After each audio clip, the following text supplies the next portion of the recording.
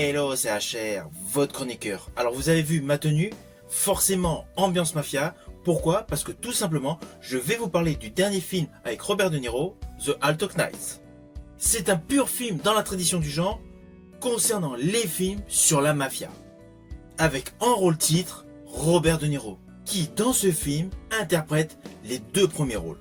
Un véritable face-à-face de légende, mettant en exergue deux styles de jeu totalement antagonistes par un Robert De Niro au top de sa forme. Naturellement, je vais vous parler de plusieurs choses autour de ce film, mais avant cela, n'oubliez pas, si vous n'êtes pas abonné, pensez à le faire, pensez à la petite cloche pour les notifs, et surtout, pensez tout simplement à mettre ce que vous pensez dans les commentaires. Let's go!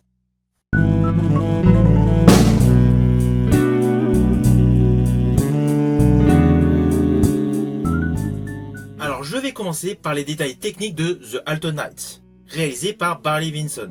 Ce film dure un peu plus de 2 heures et sa configuration visuelle est un mélange de styles.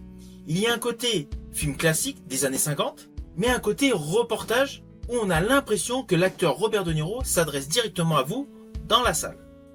À cela s'ajoute, ici et là tout au long du film, des images en noir et blanc, que ce soit sous pellicule ou simplement par le biais d'une présentation photographique. Lorsque vous aurez vu ce film, vous allez tout de suite comprendre que Barry Levinson a voulu se rapprocher le plus possible des faits réels. D'ailleurs, il n'y a pas de générique de début.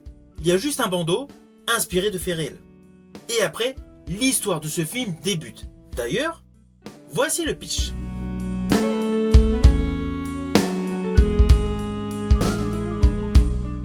Alors tout d'abord, il faut contextualiser la période où se déroule l'histoire de ce film.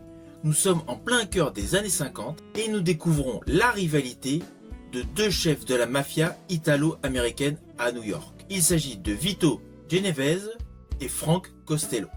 Alors ce film est une adaptation d'une histoire réelle. Les deux personnages interprétés par Robert De Niro ont existé.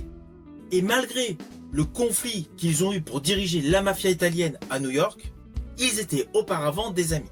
Alors ne vous inquiétez pas, je n'irai pas plus loin sur les lignes scénaristiques, je préfère que vous découvriez par vous-même ce film. Ce film qui est un bon film, tant sur l'histoire que sur la réalisation. D'ailleurs, toute la photographie de ce film est extrêmement belle. En ce qui concerne la colorimétrie, on est vraiment dans le même style que l'autre film sur un personnage mafieux, interprété par Warren Beatty, réalisé également par Barry Levinson, c'était pour le film Bugsy. Si jadis vous avez aimé ce film, en termes de réalisation, en termes de densité scénaristique, eh bien ce film est vraiment dans la même mouvance. On est totalement dans le même registre, avec naturellement des caméras haute définition. Ceci dit, c'est incontestable, l'atout principal de ce film est naturellement la double performance de Robert De Niro, qui dans les rôles de mafieux colle parfaitement.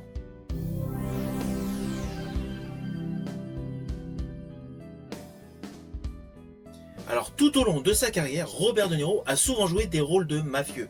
Je pense à sa prestation dans Le Parrain 2, dans Il était une fois l'Amérique de Sergio Leone, dans Les Affranchis, Irishman, Casino, et bien naturellement aux côtés de Kevin Costner dans le film Les Incorruptibles où il interprétait Al Capone. Robert De Niro is Al Capone. There is violence in Chicago, of course, but not by me and not by anybody I employ, and I'll tell you why, because it's not good business. C'est pour cela que je ne vous cache pas que j'ai tout de suite été hypé par l'idée de retrouver Robert De Niro dans ce registre. Plus précisément dans le sous-genre La Fresque mafieuse, initié en 90 par Martin Scorsese avec Les Affranchis. C'était une époque pénible. Par ailleurs, je tiens à vous préciser que ce film, The Alto Knights, n'est pas la première collaboration Robert De Niro-Barry Levinson. Ils avaient travaillé ensemble pour le film Sleepers, qui était composé d'un casting 5 étoiles, Robert De Niro, Dustin Hoffman, Jason Patric, Kevin Bacon, Brad Pitt. Sleepers, based on the controversial bestseller. Barry Levinson avait retrouvé Robert De Niro en 97 pour son film Des hommes d'influence où il y avait également Dustin Hoffman. Wag the dog. Puis Barry Levinson avait retrouvé Robert De Niro en 2008 dans un film beaucoup plus léger, Panic à Hollywood, avec un casting impressionnant, avec notamment Sean Penn et Bruce Willis. Les films, ça te dit, hein? On va en parler d'intégrité, hein? T'as pas 3 films à toi, t'as pas de film, tu sais pourquoi? Ainsi, jusqu'à présent, Robert De Niro a toujours joué dans des films de qualité avec Barry Levinson.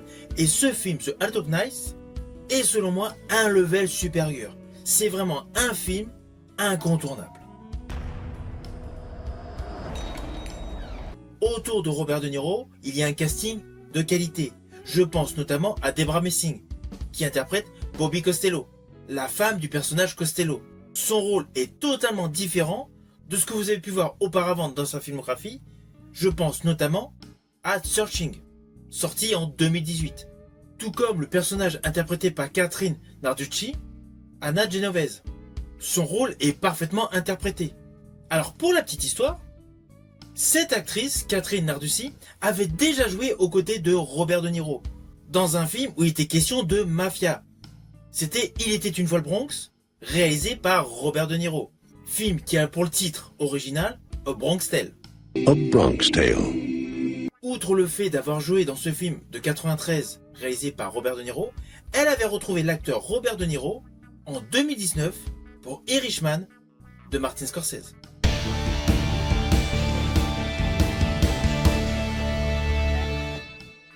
Naturellement, le casting est assez conséquent. Il y a notamment Cosmo Jarvis, un chanteur anglais, qui avait d'ailleurs rejoint le tournage de ce film en 2023. Film dont le tournage avait commencé en décembre 2022 avec des prises de vue réelles dans le comté de Greene, plus précisément dans l'état de l'Ohio. Alors oui, je tiens à vous préciser que ce film, The Alto Knights, cela fait plusieurs décennies que ce projet est à l'étude. La première mouture du scénario de ce film a été effectuée en 1970. Vous imaginez, 1970 et le film a été tourné en 2022. Alors pourquoi il y a eu autant d'attentes entre le projet initial et la réalisation? Tout simplement parce que tous les studios qui ont reçu le projet ne voyaient absolument pas le potentiel de ce film. C'est la Warner Bros. Qui a décidé de prendre l'initiative de le réaliser et le projet a réellement débuté en mai 2022. Néanmoins, cela n'empêche pas que Barry Levinson a tourné son film assez rapidement.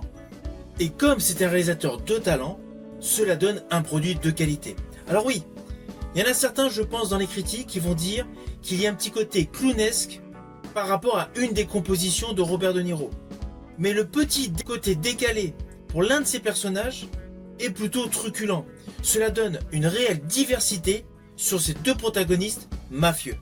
Protagonistes qui au final ont tout simplement provoqué la chute du crime organisé. Alors d'ailleurs, j'ai une petite anecdote. Le film a pour titre The Alto Knights. En fait, cela fait référence au Alto Knights Social Club, qui était un lieu de rencontre des grandes figures du crime organisé durant les années 50.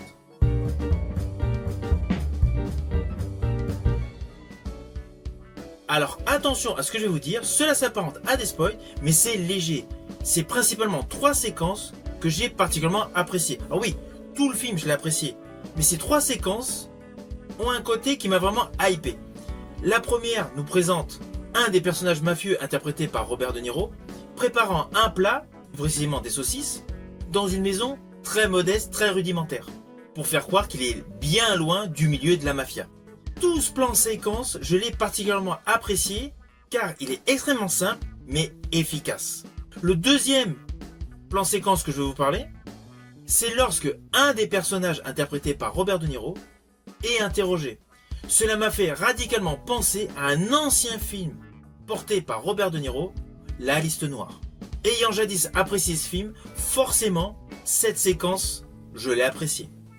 Et alors la troisième séquence que je vais vous citer a plus un côté humoriste, voire burlesque.